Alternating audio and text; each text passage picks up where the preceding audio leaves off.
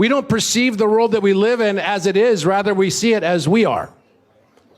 So as we stand on this precipice of change, with all these people here that have had a huge impact and will continue to have a large impact, I think it's important that we ask these existential questions of what will be the next evolution for humanity. What is going to change? Are we going to continue the path down this almost mindless over-commercialization world that we've lived in? It's true. The pharmaceutical companies and lobby groups have gotten so much control over the world. It's kind of mind-boggling. How do I know this? Because I was one.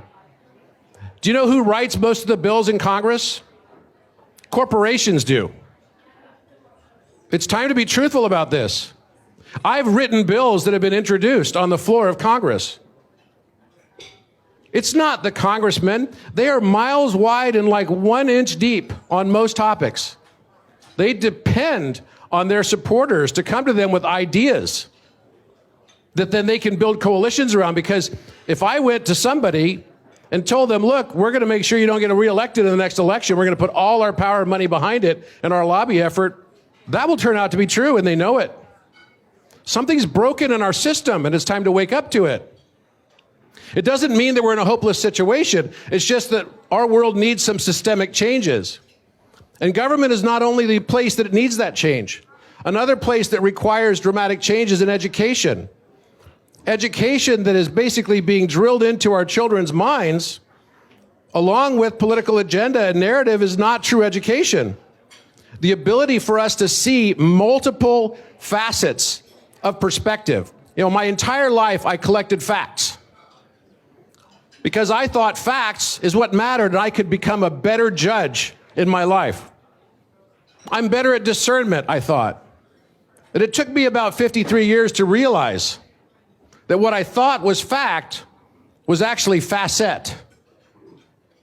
It was one facet of a larger prism of truth. It wasn't actually a fact. And this is why when you have 30 eyewitnesses to a crime, you have 30 different stories, and why juries have such a difficult time wading through this challenge of all these different perspectives that are seen. But each perspective has its own validity and must be seen with empathy. I've sort of like spent my career, I wrote a book called Polymath, because taking these different perspectives across multiple disciplines and an interdisciplined approach to learning has led so many people throughout history to see the world in a more philosophical way.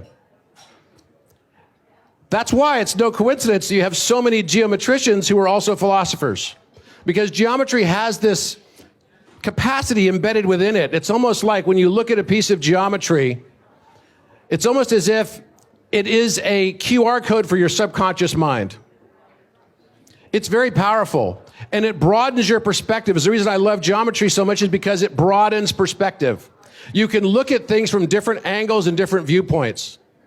And the purpose of having all of that is to go from polymathy and into polypathy. Pathy just means to feel, to be able to have empathy for all the different viewpoints that exist. I don't believe that we're here on earth to learn more judgment. I believe we're here to learn how to love and how to be loved. And the moment that we stop and we can allow our expression of love for those in the world around us to supersede and exceed our desire for an objective truth, that's when your world will change irrevocably.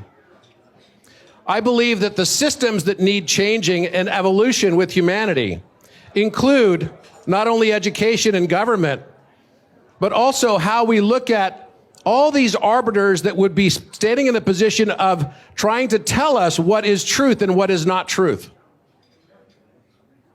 Anyone who is trying to tell you what is truth can only give you one perspective. And the reason we're here is to expand our perspectives to learn empathy and love. If you want to change the world, start by changing your perspective and broadening your perspective on the world. Be the change you want to see in the world. It's the most important thing that I believe we can do. If you want to change your experience, then change your perspective and perception of that experience. Find the silver lining. Look for the beauty that's in the world. I spent my entire life as well seeking perfection. And again, it took me about 53 years to figure out that I needed to get rid of the K on the seek and just see the perfection. There's beauty in the world just as it is. And the moment we can accept it for what it is and see the other people around us in the world that way, then we can start to see systemic changes in the world. The way we educate, the way we govern. I think mankind is on the precipice of saying maybe our whole process of looking at governance also needs to be modified.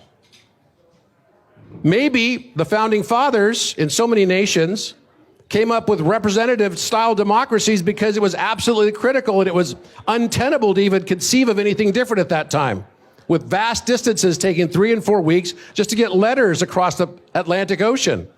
Now it's very different. We can have information simultaneously. I believe blockchain can play a very fundamental role in governance and reduction of redundancy. When you look at the United States and the founding fathers, read again the Declaration of Independence, read again Thomas Jefferson's statement. This country became a country because of a 2% tax. That almost seems laughable now, doesn't it? In California, I'm paying 60% tax. How can this be sustainable? It's not sustainable. We need to really start rethinking the amount of funding that has to go into all of this process of governance. It reminds me of healthcare. I served on a healthcare policy team because I've lived in 9 different countries.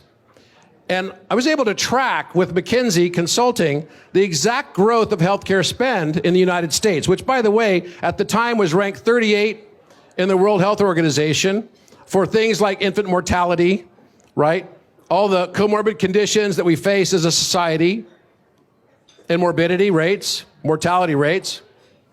And yet we had the most expensive healthcare at the time. This is about 2009, 2010, when Obamacare was being proposed. And I'm neither Democrat nor Republican. I'm independent. But I'll say that what was interesting about it was you could track in a direct linear line correlation. The cost of healthcare was directly tied to the number of administrators in healthcare that entered into the field. The more administration, the more cost. And the United States was about $9,000 per year average per capita, compared to Sweden at $3,400. Having lived in 9 countries, I can tell you the U.S. healthcare system is by far and away not even close to being in the top 5. But is not the same thing happening now with governance? Do we really need to have so many levels of redundancy? Does humanity need so many overlords? I ask you this question because now is the time to ask the existential questions. I believe that next year we're going to see dramatic change in this world. How many of you feel like there's major change coming? Just want to see your by hands. So, do you want to be in that process to help lead the change, see a new future, take on the risk, make a difference, or do you want to sit back and do nothing? You can still be happy with the world around you and have empathy and also enact change and not be triggered doing it. You know, in 1962, there's a lot of talk today about space travel. And in 1962, John F. Kennedy gave a speech in November where he said, we choose to go to the moon. We choose to go to the moon in this decade, not because it's easy, but because it's hard.